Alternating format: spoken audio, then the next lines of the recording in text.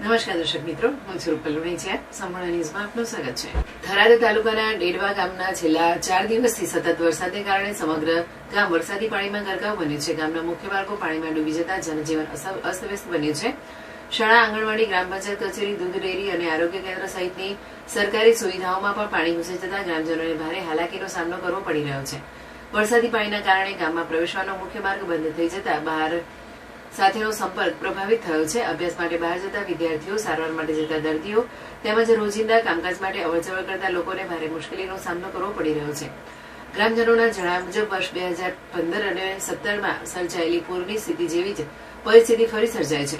સ્થાનિકોના જણાવ્યા અનુસાર વરસાદી પાણીના કાયમી નિકાલ માટે વર્ષોથી તંત્ર સમક્ષ અનેક રજૂઆતો કરવામાં આવી છે, છતાં આજ દિન સુધી કોઈ અસરકારક આયોજન કરવામાં આવ્યું નથી. પરિણામે દર ચોમાસામાં ગામ પાણીમાં ગરકાવ થઈ જાય છે અને લોકો મુશ્કેલીમાં મુકાય છે. ગામના સરપંચ જેઠાભાઈએ જણાવ્યું હતું કે ગામમાં શાળા, આંગણવાડી, ગ્રામ પંચાયત કચેરી, દૂધ ડેરી અને આરોગ્ય કેન્દ્રમાં પાણી ભરાઈ ગયા છે. ઉપરાંત ધોરણ 12માં અભ્યાસ માટે બહાર જતા વિદ્યાર્થીઓનો માર્ગ પર અંદાજે 4 ફૂટના પાણીમાં ડૂબી ગયો છે. તેમણે તાત્કાલિક પાણીના નિકાલ માટે કામગીરી હાથ ધરવા તેમજ ભવિષ્યમાં આવી સ્થિતિ ન સર્જાય તે માટે કાયમી આયોજન કરવાની સરકાર સમક્ષ માંગ કરી છે. ગ્રામજનોએ પણ દર વર્ષે માત્ર આશ્વાસન નહીં પરંતુ વરસાદી પાણીના નિકાલ માટે અસરકારક અને કાયમી ઉકેલ અમલમાં મૂકવાની માંગ કરી છે, જેથી દર ચોમાસે ગામને આવી વિકટ પરિસ્થિતિનો સામનો કરવો ન પડે.